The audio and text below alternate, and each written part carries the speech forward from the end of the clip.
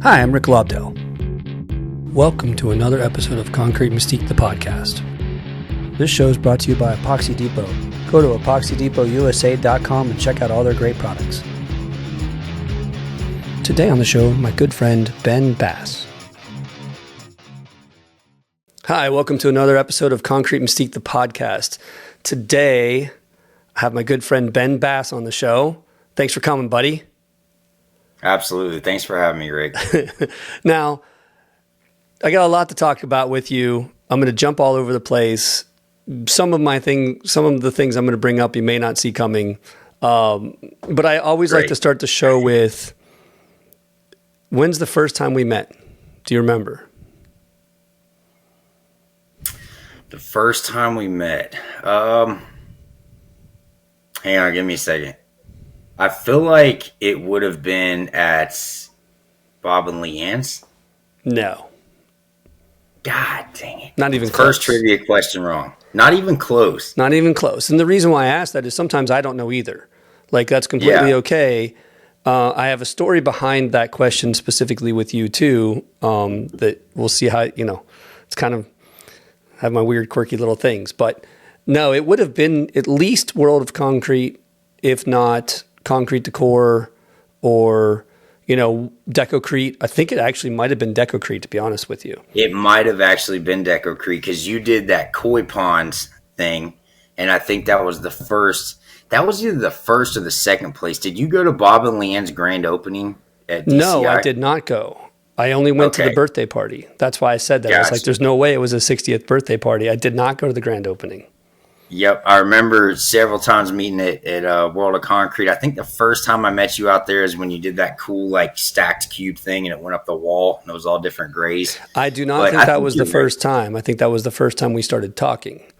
I think you're right because I think it was Decocrete and you were working with Tim Maloney some on that floor. Yeah. And I remember Bob. I think Bob actually introduced us because when I walked in, I was talking to him, but I could be wrong. So no, it should be somewhere around then. But so here's the funny thing to that question for you.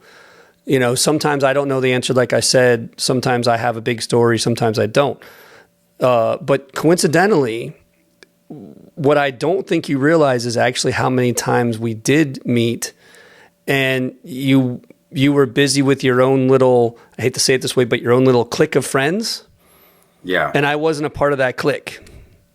I wasn't a part of that group. And so I'm not like that. You know that, Rick. I mean, I just No, I'm not saying this in a bad way. That's why I'm bringing it up. I'm not saying this in a bad way at all. That's why I said, don't bear with me on this conversation. But it was funny because I did feel like, I was like, what do I got to do to be a part of this group? You guys you have a tight-knit little group of friends that are so close. And there's not too many people that have friends that close, let alone two, through an industry. And not just because they're down the street from you.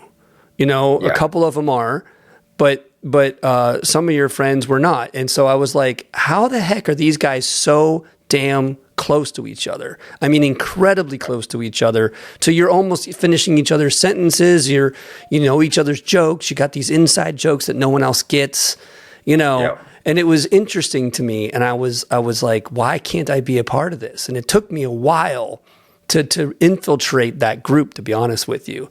Now, in the long run, it worked out, and I love being a part of your little group now when I'm around. And I feel very invited to it. It wasn't that you guys shunned me or ignored me. It was just that I didn't feel I didn't get the joke. I wasn't part of the inside joke, and I was always a step behind on everything you guys were doing. And I was like, dang it. One of these days I'll get it. It's how it felt to me, even though I was trying my hardest to get into it. Honestly, Rick, that sucks. It kind of hurts my feelings because I'm always inviting to people. I always try to make people feel welcome. Like if I see someone that's kind of, and a lot of times that's probably things I need to work on to seeing people, that may be around. I probably should. But yeah, I mean, honestly, I think you've gotten even better on it. I think you've gotten better with that overall with people around you since I've met you. I have seen that change. I think that you were, the way I look at it is, again, you had your own little group of people and you weren't involved with the industry yet. You were just starting to, right? So because of that, you had your comfort zone. Yep. You know, Exactly. again, I'm not saying this in a negative way. It's just that you had your little comfort zone and you had your little world and you were slowly trying to expand that and reach out. But you know, you're not a very outgoing guy, if I will say, right? Yeah. Would I say that No, correctly? I feel like, honestly, I feel like I'm right down the middle with being introverted and extroverted. Yes, I would I'm agree with that. totally fine with being by myself. Sometimes I like to be alone. And then other times I enjoy being around other people. So I feel like it's a hard thing. I'm kind of right down the middle. But one thing about me is I always have tried to, I really like making people feel like, you know, if I see someone, and I'm not saying you for an example, but if I see someone that looks like they're by themselves or whatever, I try to go over and say what's up. But at the same time, you're right. I am very grateful. The group of friends that I have now, I'll be 40 years old this year, and it's crazy to me. It's taken me my whole life to be able to end up with a group of friends that I have now that there's no agenda. There's no, other than the fact that we have, common ground with something in the concrete world. We're just like genuinely are good friends. And the one thing I have for the first time in my life is we all clap loud as shit for each other, dude. We all want to see everybody win. Like, Absolutely. I don't care what is going on in my life. Things could be kind of spiraling downhill. If I watch one of my buddies do something great, man, I'm like the biggest cheerleader for them. It's just, and I think we're all like that in a sense. And I think that's one of the things is honestly lacking in the world. I think there's too much competition instead of too much like, hey, we're allies, we're friends, we're in this together. There are a few of us, and I am not. I hate the comparing side of things. I think we all kind of have our own path and our own walk that we have to go down. And why is it that we cannot, cheer and be proud for other people? I agree. There's no reason to not be like that. Not only do I agree, but I did see that, and that's what made me want to find a way to infiltrate that group. Literally, I did see that. There was no negative. Okay. It was, you guys were always in such a great mood, always having the best time. And everybody around you just felt like they were missing out on this incredible time because we didn't get, like we said, like we didn't get the joke. And it was awesome because you guys got the funniest jokes. And it was like, man, I wish you guys would tell me why this is so funny because I'm laughing too and I just don't get it, And it was cool. Yeah. You guys are very entertaining when you're all together. I will give you that. You guys dress up for Halloween or for events like everybody does. It's not like there's the one person that's like, I don't really want to do that. You all go all in, no matter what you do together, no matter where you're at in the world. You go all in all the time together, and it's rare. You don't have friends like that very often, right? I mean, it's fun, but you know what? I'm glad you brought this up, Rick, because that's something that now that you brought that to my attention, I honestly never noticed that. But I'm going to try to do a better job at noticing my surroundings. I always have, like you said, when we're in our group. Love everybody in our group. I have so much love for so many people. I pretty much like everybody, unless somebody's done something to me or my family or something like that. I genuinely like everyone, but I'll try to keep an eye on that. I just never noticed that. I'm glad you brought that to my attention. To just if someone's around, to just try and make them feel more welcome. So my apologies if I had an opportunity to do that. And I never did because I've always considered. Since we met, and I've always considered you a friend, but it's at the same time, it's just there's so much going on when we're at the World of Concrete or at Decocrete. That's exactly the point. Book, correct. That's exactly the point. And you always had your core group that came with you. I didn't. I was by myself most of the time, or with one other person. I'm not used to that, and it made me very jealous because I felt like I was missing out on so much, not because of you, but because of the idea. Like you represented an idea, and I was like, why don't I have that core group coming with me, getting around things, doing things with me, or doing things beside me? It's a different world, and not everybody has that opportunity. And I wanted to point that out in a, like I said, in a positive way. I thought it was pretty awesome. Especially in an industry. You really shed some light on some things that I don't think about enough. And I spend some time every morning, finding things to be grateful for. And I have thought about our friendship and people in the industry and, our tight little group. And I don't know how or why it happened. It just did. And I wasn't the first to do that. I was it just so happened to be around these people several different times. And, but I'll definitely, I'm glad you brought that up, because that's one thing in life that maybe I've taken for granted. I haven't thought about was, how important it is if you can find a little clique or whatever to, absolutely, to have a tight little group of people around you that you trust and without a shadow of a doubt for anything that you trust. And I think the biggest thing we all have in common, other than, the concrete realm, is, we all genuinely just want to see everybody win and do good, Yeah. And I think it was when last year at Epoxy Floor Wars is when we really had the time to get to know each other. Because you're right. Yes. Every other time it was like we got 5 minutes here, 10 minutes here, 20 minutes there. It was never like we had an entire day or anything like that. But we had, 3-4 nights in a row where we had nothing else to do but sit out there and enjoy and get to know each other. And that really did change our relationship. It went from being a positive acquaintances to really being friends from my point of view. No, same here. And we had some great conversations. And I got to know Brittany more too, your wife and everything like that. Like she's also another person that's not very vocal. So, you've got to push the subject to get the subject going. And once you get the subject going, you guys talk with no problem. But you don't go out, and not just you. My wife is the same way. I live with an introvert. You don't go out of your way to start the conversation, but you don't back down either. It's not like you're like, oh, I don't want to talk. It is, you got to help me get the conversation going. Once you get the conversation going, everything is smooth sailing and no problems whatsoever. It's an amazing thing when it comes to like networking, and it comes to getting to know people.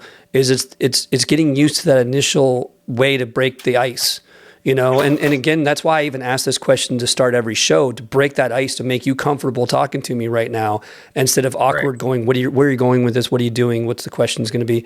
Who cares? Yeah. Right now I need you to just enjoy the fact that we're talking and get used to the conversation instead of feel weird talking through a computer, things like that. Sure. And it allows that kind of networking, or, in any situation you do this, that it's a great way to start to initiate is what can you do to initiate that? You see me with the fedora, with the crazy shirts, with the, I make people come up to me and ask questions to me easier, and it allows that conversation to happen.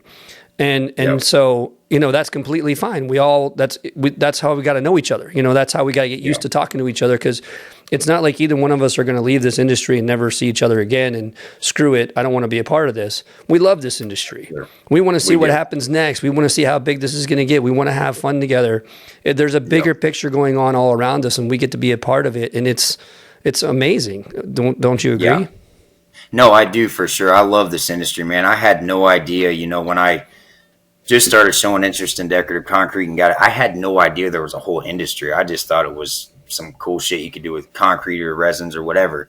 And, man, when I started seeing what was out there, and not just what was out there, I was just as excited about that, but the people, like you and so many other unique people, man, it made it even on a different level for me, that I had no idea that was even a thing. And I think, to not to retract back a little bit, but, I'm always open to talk to people, but it's mostly about, if we're around concrete, I'll talk about that, but I have a hard time getting personal until someone kind of opens a door for that, because I feel like it's not my business. I don't know if that person wants to talk about stuff like that. So I'm a little bit stand backish, like when it comes to starting conversation about personal things. And you and I, when we went back to Epoxy Floor Wars last year, we sat on the patio and had some really deep, great conversations. But you're right. I mean, it's something that I have a hard time bringing up. It's like, but when it comes up, then I love conversations like that. I love deep thought type of stuff, and just, but it's just a tough thing for me to, I don't know if that person wants to discuss shit like that, so it's just kind of something that I wait for that opportunity to come up. I think that's a good point too. And I struggle with that sometimes too, because I don't really want to get personal. Think about how many times in all the conversations we had, how many times have I asked personal questions about your kids, or, your personal life, really. It's more about what we're doing or how we can be a better, more intelligent, or, there's so many ways to talk in the world. We can talk about the stars. We can talk about, we don't really need to get into politics and religion because that's always a difficult thing to talk about. But there's a gazillion things out there. Sometimes my wife and I will literally like pull up the news and find something cool that's going on. And that's all we have to do is read the headline of of an article. And that's a conversation for us. And we're talking for another couple hours on something like that. It doesn't take much to create that conversation. It doesn't really have to get personal. But like you said too, you don't know what the other person's likes are. So you can't walk up to them and be like, hey, did you see what Elon Musk did just yesterday? It was pretty cool. Sure. They may not give two shits about it whatsoever. Yep. Or may not like him at all. And that's the thing is that, but that's the great thing about, once you do break that ice as far as, on a personal level, that's where, in my opinion, real friendship comes in, because you get to know that person on a deeper level than just concrete or whatever it is. This is like, okay, this person is more of a person. Now you're opening up to be a little bit more vulnerable to where you can build a relationship and have, because if you do and you kind of open up a little bit, then I'm going to, and now we're starting to build a relationship that's not just around work, and that's where I feel like lifelong friendships come from. I agree. And I think sometimes go ahead. Yeah, it's not comfortable sometimes, but in the right environment and the right, in the right setting, and you kind of, you can get into some pretty cool conversations with people and get to know things about them. Why, you and I have talked several times, and I would have never guessed some of the things about you, Rick. I mean, some of the things that you said, I would have never known. I would have never thought in a million years. So that's what's so cool is like, honestly, man, I mean, the majority of people in this world, or that I've got to know, are really cool people. You just have to be able to have that connection with them and be able to get to talk to them and not be so straightforward about just work or whatever. Well, one of the things that I struggled with for a while was a lot of people wouldn't come up to me. And I couldn't figure out why. And I talked to many people about it, and everybody told me that you're intimidating. And I'm like, why am I intimidating? Like, if you talk to me, I'm very talkative. But I, for whatever reason, it was hard for people to have that initial hello with me to get started that conversation because they were intimidated by me. And I never understood that. I never knew why. I mean, yes, I can be an arrogant prick when I feel like it, but I'm not like that when you first say hi to me. I don't think I am. Maybe I was. And I had to work on that for years. To be honest with you, for years, I had to really find ways. I think you met me after that. I think you met me at the time I was trying to make that change, to be honest with you. And I kind of feel like, to that same point, that's why I worked so hard to get into your group, because I felt like I'm seeing something that I'm working on, and I've got to find a way. And if I can find a way to break that wall with you guys, then hopefully I can get people to break that wall with me, if that makes any sense. I was using it to my advantage as an experiment to try to find a way to get over the fact that everybody kept saying that I'm very intimidating, and I couldn't figure out why. And I am. I mean, I can be. It depends on what you want to talk about. Like, I can be pretty forward about conversations. But I didn't think I was when you first said hello, and I was. I mean, I remember a great story I have is when I did the dolphin little water cove that I did in the World of Concrete years ago for one of the demonstrations. And my friend Jeremy Wilkerson came up and wanted to introduce himself to me. And I was like, I don't have time to talk to you right now. I've got to get this done. I've got too much going on. And instead of him walking away and never talking to me again, he sat down and waited patiently and talked to me when he could and shut up when I was too busy and just sat there for 3 days. 3 days. Wow. He kept doing that. And by the end of it, we were best friends. But I wouldn't let that wall fall down because I was so focused on what I was so focused on what I was doing, and I just couldn't get over it. And I was just like, why are you keep bothering me? And he just wanted to get to know me. And now we're best friends forever and everything is great. But that's the things that I had to work on because I was struggling with that. And I guess I didn't realize how bad it really was. I understood it at that moment because I was focused on what I was doing, but I wasn't much different in public than I was at that moment. So, and I didn't realize that. Well, I think it goes back to the age old saying, it's not what you say, it's how you say them. right? It's your delivery. I've met people that have the best hearts, great people, but sometimes you can say the same thing in a different tone, or maybe add or subtract a couple words here and there, and make a huge difference. Personally, if you said that to me, I would have understood. I probably wouldn't have sat there and waited on you for 3 days, but at the same time, I wouldn't have taken it personally because I understand how that is, you know. But Jeremy is a solid dude. I really like the hell out of Jeremy, man. He is just a good light to be around. Always smiling, always happy. I just didn't understand it at that moment. Once I caught that part, like, because we saw each other in the night, he made a bigger effort than anybody ever has. And I learned from that. I didn't take that and go, oh, well, I'm so badass, of course you want to know me. No, I took that and was like, I got to work on that. And it took me years to figure that out. I had other friends tell me that, and it wasn't until that moment that I truly understood what I was doing publicly and how people were reacting to me. And if I kept down that path, I may not be where I'm at right now, honestly, because I could have burned bridges too much if I would have kept that attitude that I was having at that moment, thinking that I don't have time for you, so why are you bothering me? That is the wrong attitude to have in this industry 24/7, no matter how you look at it. It is. But you know what? I think the major thing in life, Rick, is that you've noticed that and you've seen that. And, you know, it's, I always think, even in my relationship with my coworkers or whatever, I always think, you know, it's the golden rule: treat people how you want to be treated. So it's like, and I always think, I try to pause and I think, okay, if I were them and they were me, how would I want to say this to where I would still want to stick around or be friends or whatever? And it's that second or two thought that sometimes can change your delivery to where it's like, you know, but people for the most part understand. You know, it was tough when we worked at the World of Concrete. We just did that 1 year, and it was really tough because you're focused on what you're doing. There's a lot going on. You have a lot of things you have to try to do, and everybody's coming up and talking to you. Even at Decocrete last year, you were doing the same thing, and and so many people come up and talk to you, and you're like, have a train of thought, and you're working on something, and you got to stop what you're doing to check. But that's why they're there, and that's why we're there, right? Is we're trying to help them. They have questions, so that's awesome that you've noticed that. And I try to spend a lot of time. You know, I get up early in the morning and I read my daily thing, and I've really been into stoicism the last few years, and I just, you know, I really like the thought of, you know, really trying to think about other people instead of myself, and trying to be less more selfless, and trying to be, it's about them, and, you know, almost sacrificing yourself in that moment to try and because if it's for the greater good, then maybe it's worth it, you know? No offense, but it's always about me. Yeah.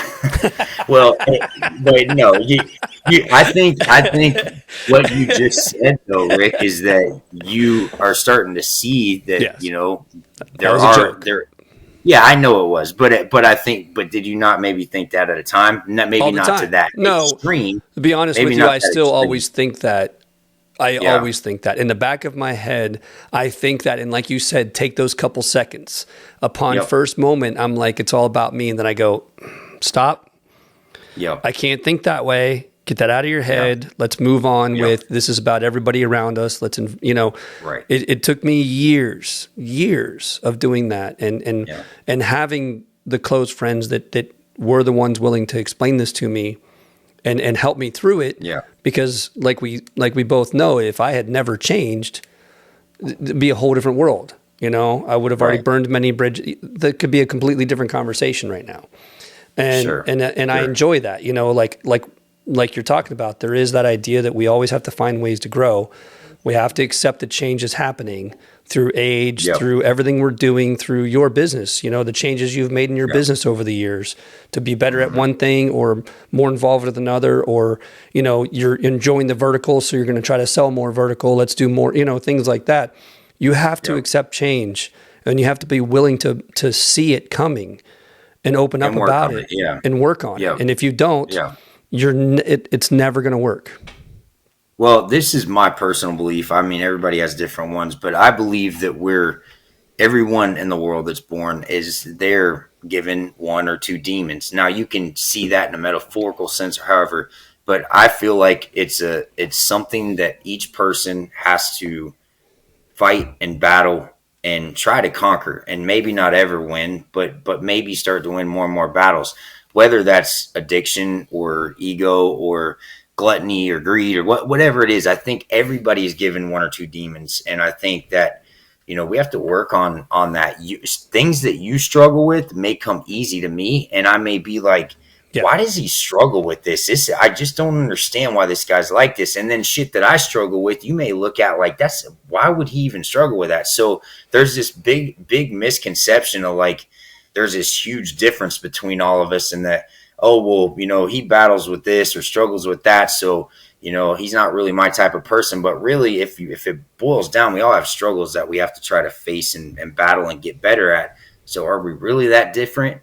Maybe your struggle is different than mine, but we all have struggles. So well, and with that same point, we can help each other because of that. And we talked about that literally last year, because you were like, I can't get up in front of a large audience and speak very easily. And I'm like, why? It's easy. Just do it. That has been my biggest fear, dude. Right. Since I was a kid, my biggest fear has been public speaking. And it's been the craziest thing that in the last 3 or 4 years, it's like I keep getting called into these positions. And my biggest fear is like, dude, I would literally go jump out of an airplane or go, jump a dirt bike 150 feet. Like there just for some reason that has been, I don't know why. I still don't know why, but it has gotten easier. And it's just one of the things that I feel like I've learned to just kind of start to cope with. And one of the biggest things that's helped is to stop trying to overthink and plan what I'm going to say. Just like I asked you on the phone earlier, hey, do we have any points or topics you want to go over? And you're like, nope, we're just going to have a conversation. I'm like, cool. So it really is the easiest thing. If this is easier because it's just a conversation between us. But when you know somewhat about what you're faced against, when, if say we're judging a concrete thing, we both know enough about it to where we can get up there and not have to try to plan every word we're going to say. It's like, hey, we know enough about this to where we can just get up there and say how we feel and stop overthinking shit. That has been one of my biggest things in life, is just overthinking shit, like beating a dead horse to death. So that's exactly what we talked about a year ago. That's what I kept pointing out to you. And you were just like, no, I still can't do it. I'm like, yes, you can. Yes, you can. Yes, you can. Yeah. But I agree with you, because you do have to work on it. Not you, the proverbial you has to work on it. I think everyone does. Right. That's why I said it that way. And like we talked about then, I'd be more than willing to help you out as much as possible to overcome that. It's not that big of a deal. It just is to you. And that's fine. Yeah. My wife is the same way. And I think I told you that a year ago. You would never catch her in front of an audience.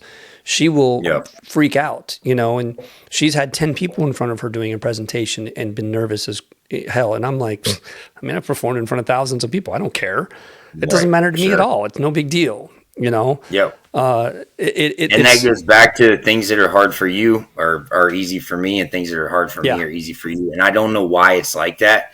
But like you said, that's what friendship's about, is helping each other through those. Because you've helped me and given me some pointers on a lot of stuff when it comes to that. And hopefully I can return the favor maybe one day, but that's what friendship's about, man. Is just, even if you're not friends with someone, shouldn't we go out of our way to try and help people? I mean, Rick, I'm not rich, man. I'm probably never going to be rich, but I've been very fortunate to be able to have a life in the last 7 years that I never imagined.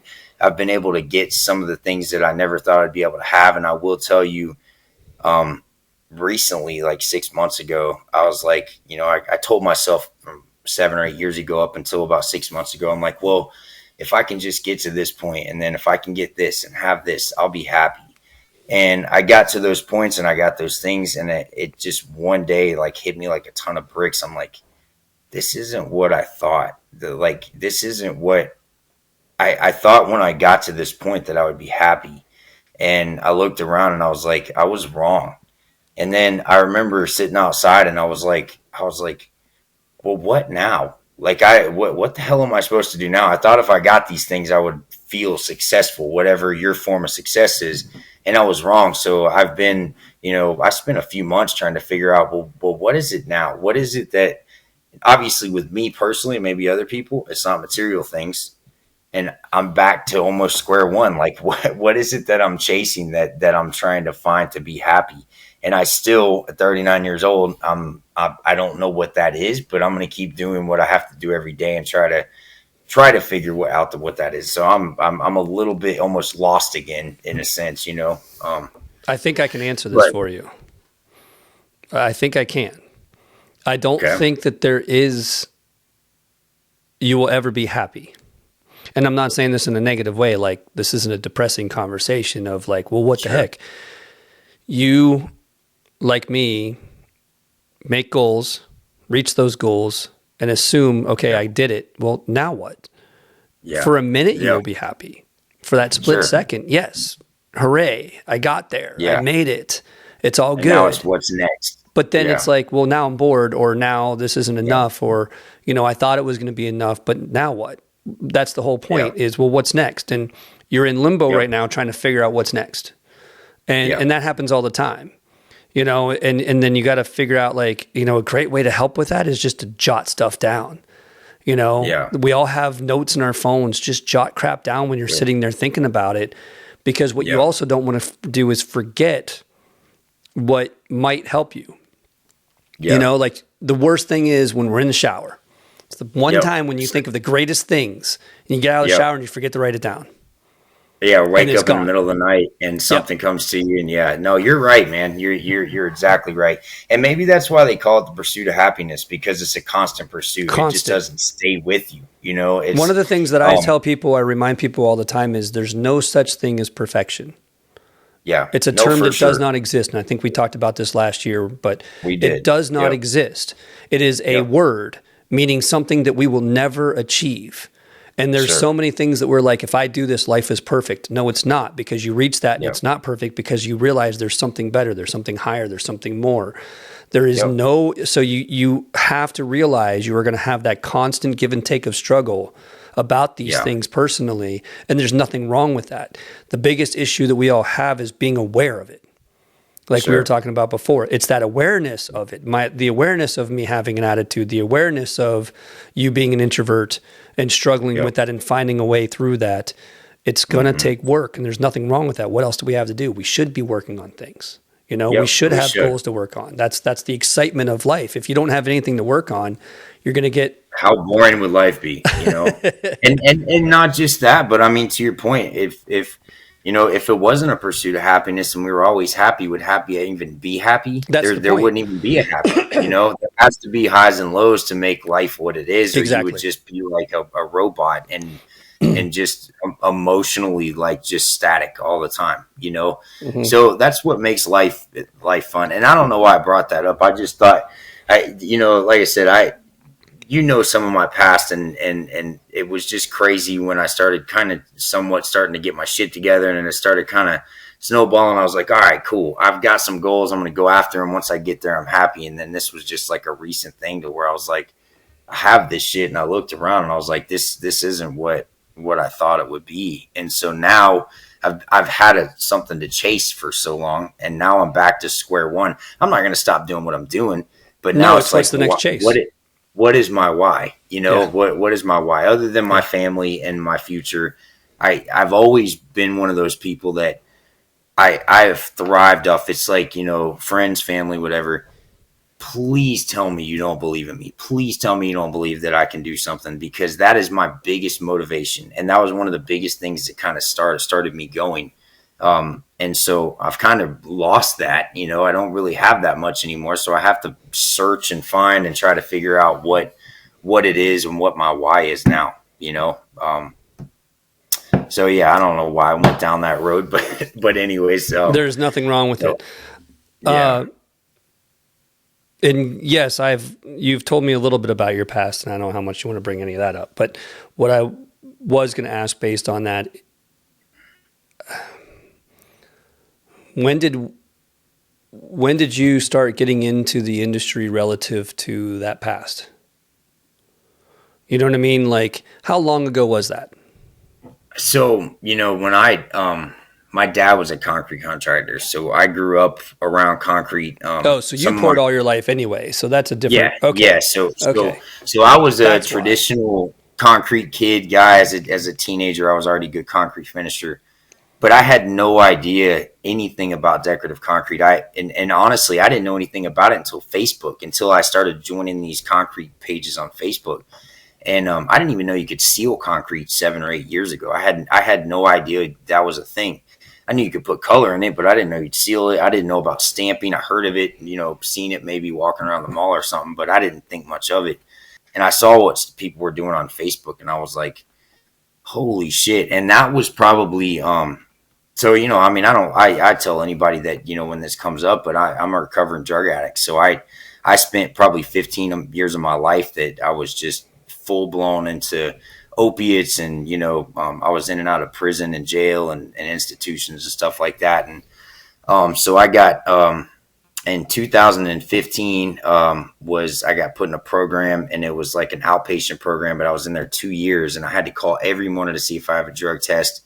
And it was pretty intense. I actually ended up getting in trouble the first 2 weeks. I thought I could outsmart them and get away with shit, and eventually I had to pay for that. And then I was like, you know what, there's no getting around this. I might as well just go all in. So I did, just like with concrete or anything else. I was like, I'm gonna do this, and I'm gonna kick its ass, and I'm gonna work on myself and take it serious. And I did. And so and then maybe a year after that, I started seeing the decorative concrete world, and I was like, that shit is cool. I had no idea you could carve. So that's concrete. why I was asking. So it was relatively a couple years after that.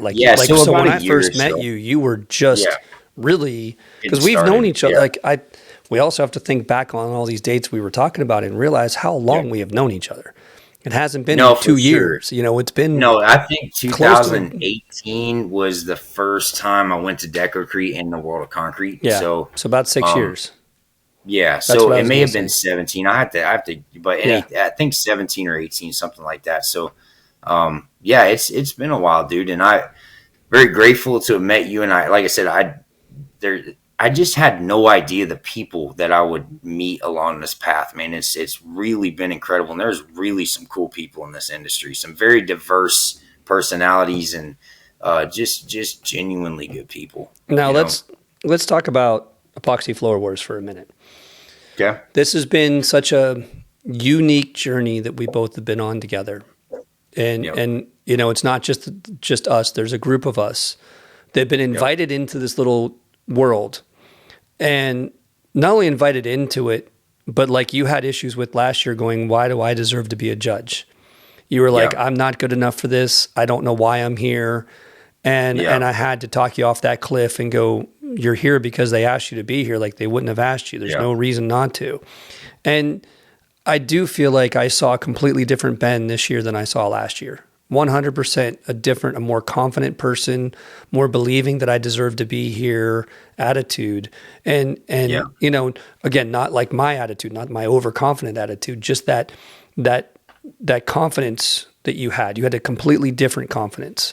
I would even say almost a completely different mannerism or just quality of you, because you believed you deserved to be there this year, and last year you were confused as to what the hell you were there for. Is that a pretty good way to say it? Sure.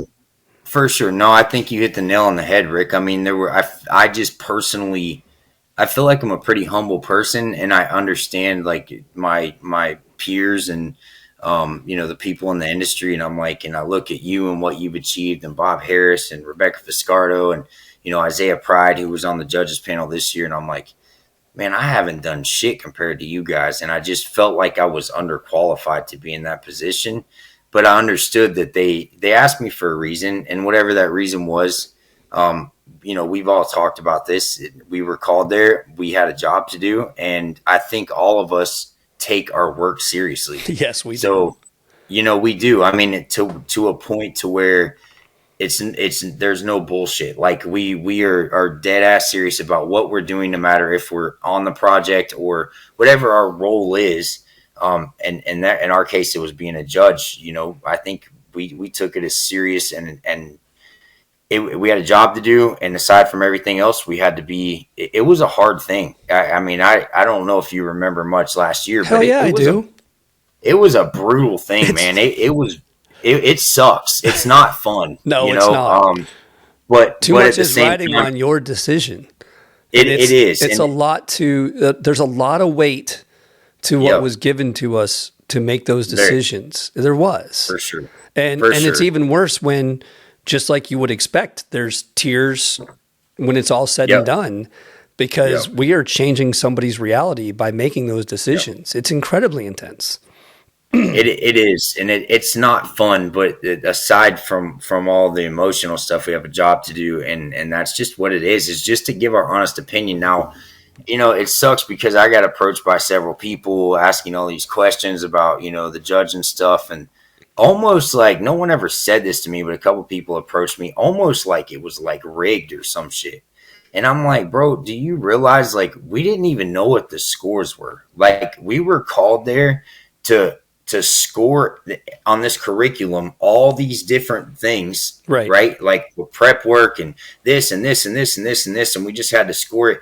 There was nothing personal in it at all. So there was no Actually, like, the perfect way to explain that would be, well, first of all, if they had us in the room to discuss that with them, but to have Rebecca in there and go, no, I thought Brian won last year, and I was yeah, furious that he didn't. That was her attitude. She was like, this isn't right, fair because he was yeah, supposed to win, not yeah, Isaiah. He did a better job, and yep, Isaiah shouldn't even have finished his you know what I mean? And so it right, was like, they don't know that. They know nothing about yep. what we're doing They behind the don't know anything scenes. about the conversations in there for No, sure. no, And because it's not, it she wasn't a was cut and dry. furious last year compared to Yeah, this year. This year it was acceptable, yep, it was understanding, and it was clear. yep, Last year it was not clear, and it made it even yeah. harder. I think last year, personally, I think last year was harder to judge than this year. I do. Yeah. I think that Yeah, I they do were too. I closer. mean, I do too. And I'll be honest with you. I coming into this thought that Brian was going to blow this out of the water. I thought for sure that he was the dead set winner. And in no disrespect to Andrew, I just didn't know him. I Correct. didn't know any of his work. I never heard of him. Dude turned out to be a phenomenal leader and artisan and did a great job. He had a plan. He stuck to it. But I was a little bit taken back, man. I was like not expecting what happened to happen. I thought for sure, I was like, okay, Brian's going to come in here. He did this last year. He's going to know exactly what to do. And I have nothing but the utmost respect for Brian and all of those guys. So it's nothing personal. But I was a little bit taken back, especially that, like I said up there, I'm like, Brian, you pretty much lost a whole day, dude. Like you dropped your MVB and then you messed with your flake and you realized you had an extra point on your star and you decided to do it over. Now, I respect that decision because he decided to, hey, this isn't the rendering. I need to do this correctly. But he lost a whole day. Yep. But I was surprised at the last day what they were able to pull off. I I did agree. not think that morning, I did not think they were going to be done. I'm like, there's I no interviewed him freaking the way. night before, and he was like, I don't think Yeah. I'm going to be able to have time to stain it. And I'm like, you're going to. You have But to. he pulled some real smart moves, dude, and Yes. and things that I've never even thought about doing by adding, So I'm like, this dude's got to stain all these stones and then let it dry and then top coat it. I would have never even considered putting the stain in with water based epoxy. Like I thought that was brilliant to Yeah. do that, and he just did several things to pull it off, and so I commend him, but I also I thought he was going to be the clear winner, but that goes to show you that how unpredictable that is. And at the same time, I don't know how that feels to be in that situation. I would love to eventually be on the floor and be a contestant in one of these. I do enjoy doing the judges thing after it's over. It feels like a cool opportunity. Doing it sucks, but then it's also kind of, man, I hate to say like a feather in the cap, but it's cool for like your resume to be like, Yeah, we were absolutely. on this. But so I've never been in Brian or Andrew or Isaiah's position being a captain or something like that. I'm sure it's very frustrating and very difficult to do. But at the same time, man, I thought he would have been the clear winner. So goes to show you. I mean, anyone can do anything, and just like any other sport, like any other competition. Exactly. It doesn't matter if you're the one that everybody assumes.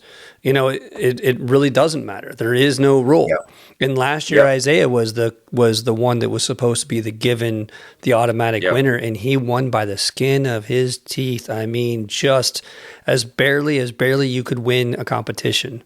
And he did, and I'll be honest with you. I mean, I think the first year was harder to judge. It was definitely harder. It was really tough. I mean, there wasn't a clear winner, and we didn't even know who the winner was. In the way that they put all that stuff together, we're just scoring. You remember, you just put like basically a 1 through 10 on each little thing, and there's a lot of different things you have to fill up, so you don't know what the points are, and then they combine all the judges' things. And if it wasn't for the challenges, then Brian's team would have won. Absolutely. But the only reason that Isaiah's team won was because they won every challenge. If it wasn't every one, it was like 3 out of 4. 3 out of 4. It was 3 out of 4. Something like that. And those were like 10 points each. So that was why they won. Correct.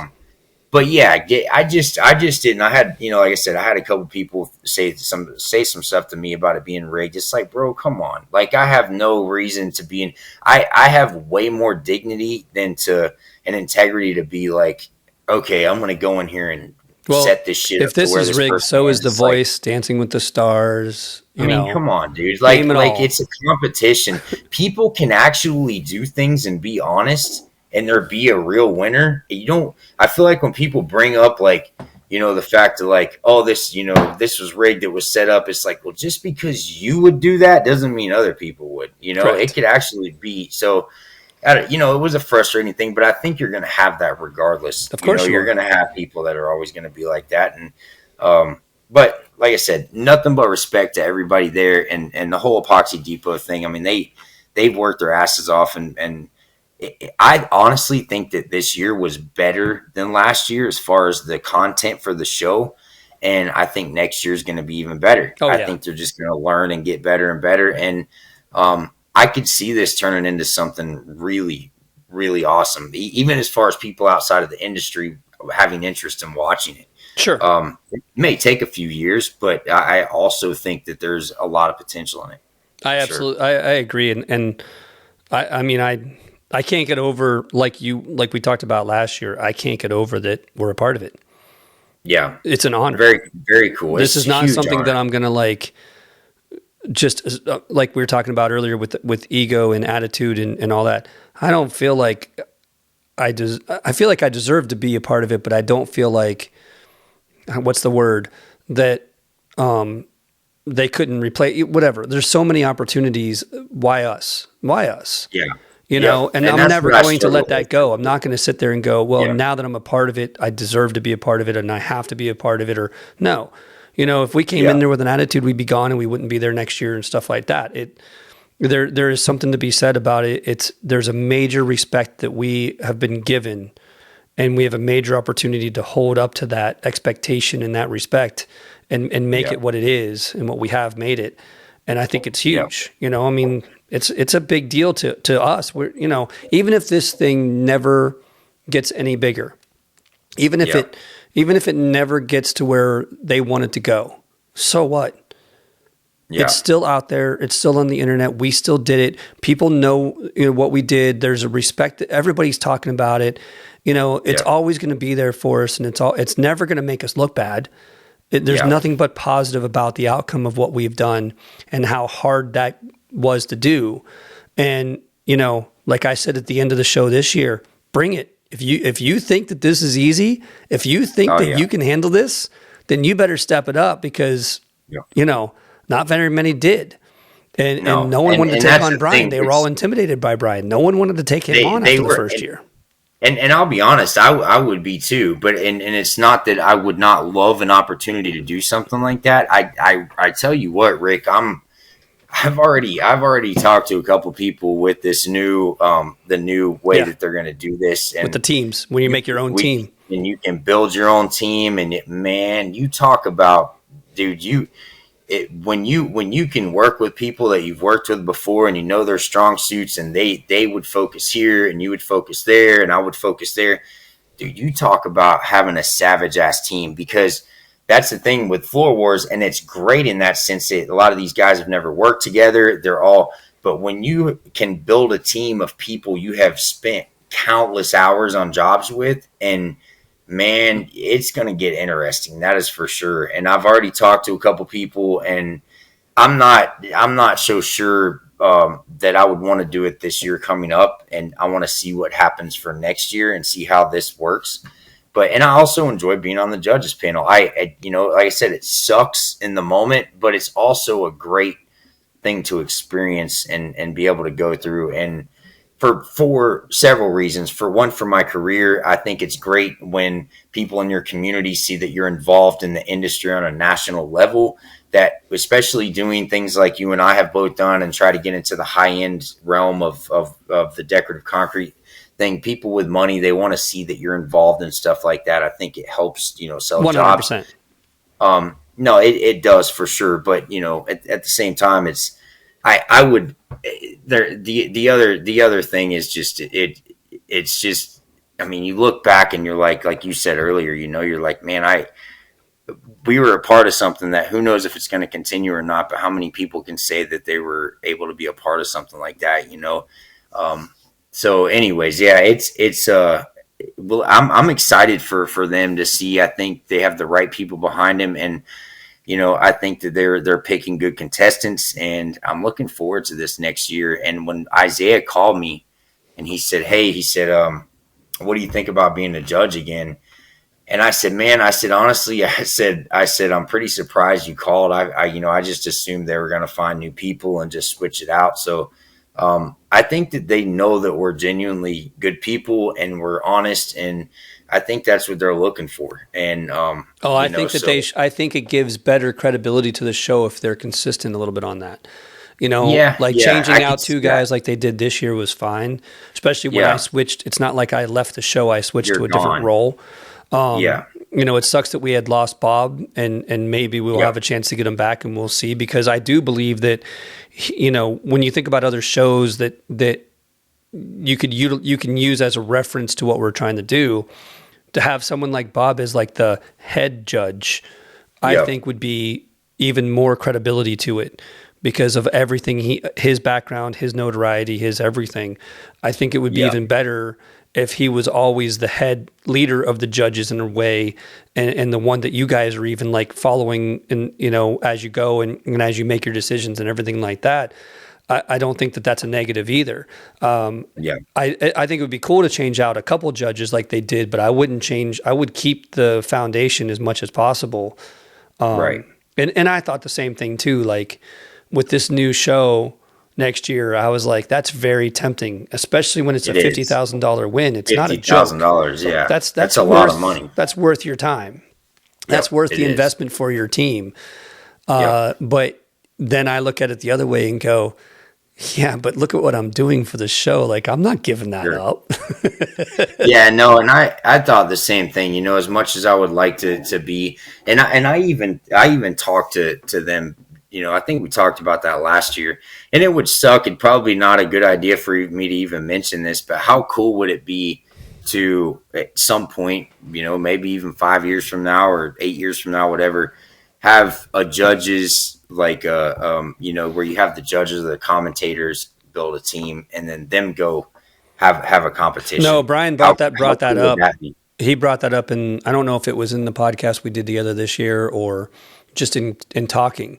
But he did bring up that idea of that young versus old, like, it is like having that team against the judges, like a judges team against. That would be cool, man. I thought about it too, but I loved commentating. I'm not part of it. Yeah, I'm not giving up. You have a great personality for being a commentator, so that's very fitting for you. If I was just a judge still. And I don't say that in just a judge. If I was one of the judges still, I would agree with you. It's hard to not go for it and take a step back just to do it. But no, this is a dream for me. You should see the text I've sent to Steven throughout all of this, because they've also invited me into back to this conversation in the beginning of trying to get into your inner group. I'm in their inner group already right away. Yeah. Like within last year's, those 3 days of our lives. So are the days of our lives. You know, I became a part of their core group, and I was invited to be a part of the decision making of the whole next year to that year. And all those things, the changes that we made, I was a part of. And it was a huge honor. And I kept texting him going, dude, I don't know what I did to deserve this. I really don't. Yeah. You know? Yeah. And again, the attitude I would have had over 10 years ago would have been like, well, obviously you picked me to do this. I should be here. And now I'm like, I just want to thank you one more time for giving me this opportunity, because I can't believe you did, you know? Yeah.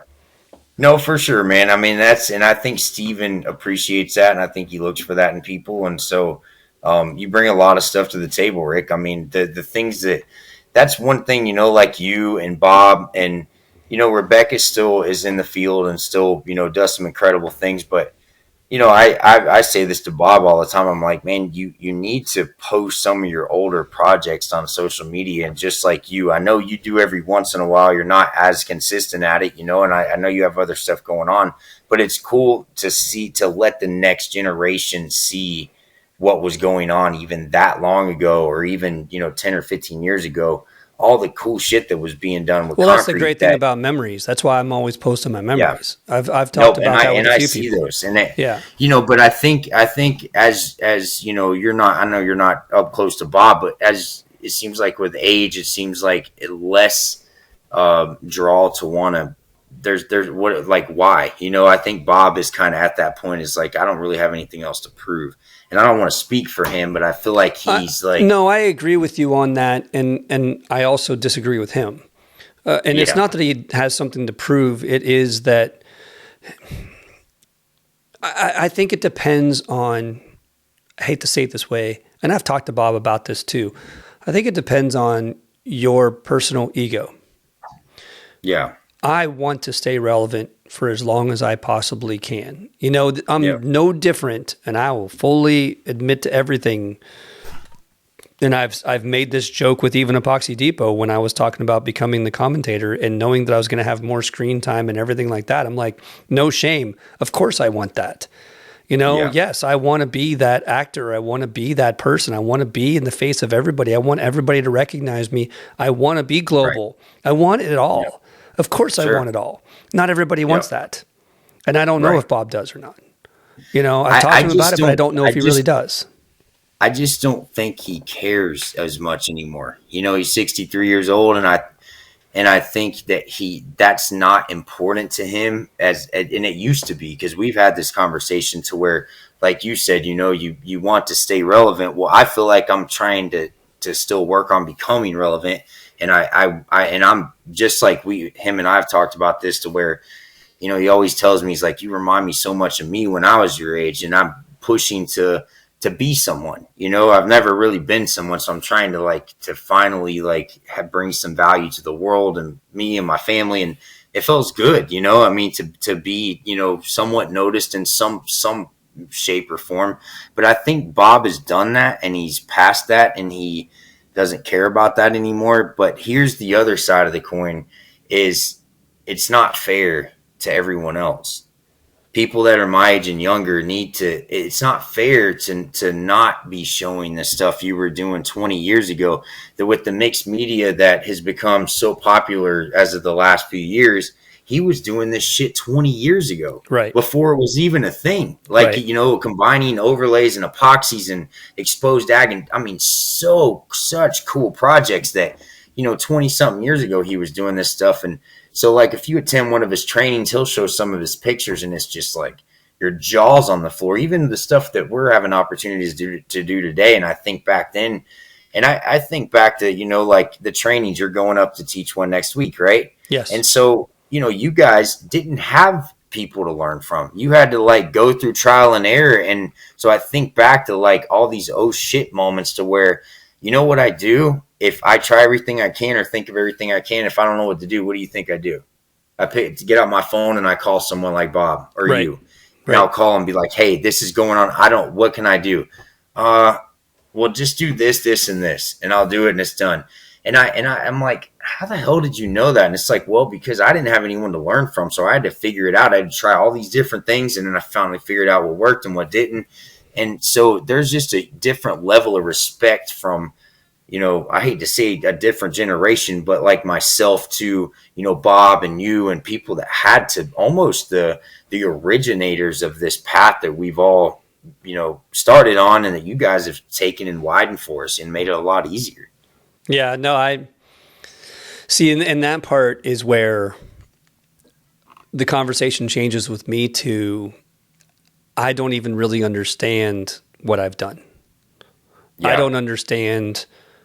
Well, you may not just think about it as much. You may not reflect on it you just because I do that a lot. The guys will tell me, they'll be like, oh, this job is awesome, doing videos and pictures, and I'm like, yeah, it looks great. Well, what's next? Yeah, right. So you almost don't you don't take the time to reflect. Correct. And you have made a huge impact, Rick. I mean, you have done some incredible things, and I don't know when that time is to reflect and think back of what you've done, but you have done a lot of incredible things, and I don't know if it's great to sit and gloat on that shit, but I think it is important at times to look back and be like, wow, I never thought that I would have achieved all these things. I think one of the biggest struggles that I have with that, and I struggle with this a lot, and I egotistically, I like to relate it to major musicians, major actors, and that whole idea of, oh my God, to have an opportunity to talk to you is amazing kind of attitude. But what happens is I hate saying it this way because I've talked about this before. I want everybody to recognize what I've done, and I want everybody to recognize me. But then when they finally do, it's weird and it freaks me out. So like a perfect example of this is... So you're just saying you don't take compliments well. Correct. Yeah, I'm the same way. You don't at all, because it's like, why do I deserve your attention? I want your attention, but then when I get it, I freak out. And it's an artist. It's an artist mentality. But you are a very creative person, so that's welcome to my world. That's an artist mentality across the board. There's not a single artist of any genre in the world that would disagree with this. I promise you. Or they have the ego of a lifetime, because we all struggle with that. We want that attention, but once we get it, it's freaky, and it bothers me. Well, and I'm the same way, dude. I just, I've always struggled with that. And like you said, I want to achieve great things. And then, but and I've told you this before, Rick, but when people call me an artist, I want to go hide under a rock, because I'm not an artist. I've learned little tips and tricks and techniques. You are an artist. I've just learned little creative ways. I am artistic, I think, in a way, but I'm not an artist, and I think I'm creative.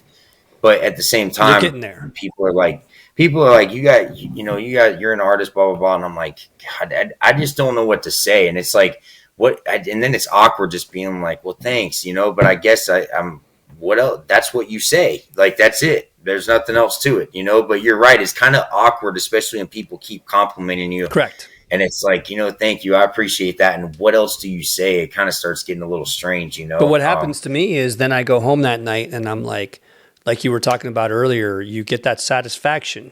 You hit that wall of like, okay, I achieved this goal. That was fantastic. Now what? And then the opposite starts to go. And it's like, man, I want all those people to love me, but then they loved me too much and I couldn't take it. Yeah. And I had to get away from it. It's a constant battle for me, and I can't handle it. It drives me insane, because it's an obsession. It's an addiction. Yeah. It's an addiction. I got you. It really is. It's one of my addictions. Between that and video games, it's one of those things. Like, don't take me to a arcade. You won't get me out of there. I love those old games. Or a pool hall. I want to win at all costs all the time. I'm a very competitive person, extremely competitive. Right. But then once I win, it's hard for me to handle the outcome. Yeah. It's the easiest way to say. Yeah, that is strange and a very deep thing, because I'm the same way. It's like you want to win, you want to do great, you want to be recognized, you want to be awarded or complimented, but then it's strange at the same sense when people do that. The very thing that you're hoping would happen, it happens, and then someone says something that's like, what do I do with my hands type of shit. You know, it's like, in my point of view right now, if everything goes according to my plan for World of Concrete, I'm going to be overwhelmed. It's going to be too much for me. Right. But I want it all. I want it all. Yeah. Until I get there. So you might need to help me out this year. we only get one life, Rick. I mean, I have a thing when I walk outside, and I've we've got our little gym out there, but when it walks out, I got my biggest thing. It says, I did not wake up this morning to be mediocre. And I love seeing that. And there's just something, it is. And it's just something that being average does just not sit right with me. I just don't want to be like everyone else. I would rather be different, unique in some form or shape. I know we all are to some degree, but a lot of people are okay with just being just average and just mediocre. Sure. And that's never been okay with me. And that's okay if somebody wants that. I'm just talking about for me personally. Right. And so I'm trying to chase, okay, how can I be different? How can I say, I'll talk to Bob all the time. I'm like, hey, I'm thinking about doing this and this. I've never heard or seen anyone of doing this. And so I'm always looking for something that someone hasn't done. And I'll tell you, he's like, yeah, we did that 30 years ago. And I'm like, God dang it, Bob. Like, it's like, fuck, man, I thought I was onto something here. And, but you guys, like, it goes back to you guys laying the foundation and doing all that stuff. And you probably have done everything and thought of everything. But, maybe one day I'll find one thing, just one thing. I just want one rake. So that's it. You'll get there. There's plenty of opportunities and options out there that people still haven't come up with yet. You'll get there. Yeah. I believe in you. Well, I appreciate that, buddy. I appreciate that. So if not, we'll keep trying. And I always say, we, like you said earlier, there's nothing is ever perfect. There is no perfection, but we aim for perfect. And we have to aim for it. Yeah, it's not like because we're never going to achieve it, we're depressed about it. We've got to aim for it because we have to strive to do better. There is something better all the time. And every time we feel like we've hit it, that just means what's next. Like we said, there's something next every single time.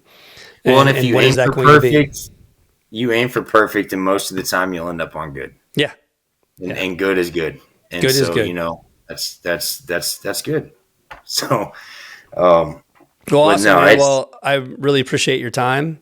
This was great. I hope this was going according to your plan, since you needed a plan. I didn't have a plan. Hey, you said you didn't have a plan. I didn't have a plan. I said, all right, we're winging it. We're just going to have a conversation. And it was awesome, dude. I appreciate you having me on, Rick. It's always an honor being a part of stuff like this. And I know your show, dude, I love watching it. A lot of the people you've interviewed, I look up to, and I just enjoy watching them. So, huge respect to you, what you're doing for the industry, and thanks again for having me on. No problem, man. You have a great night, and we'll see each other again soon. I want to thank Epoxy Depot for sponsoring this show. Go to epoxydepotusa.com and check out all their great products, training classes, and all the things they have to offer. Follow me on all social media platforms. And don't forget to hit that subscribe button. Thank you for listening, and have a great day.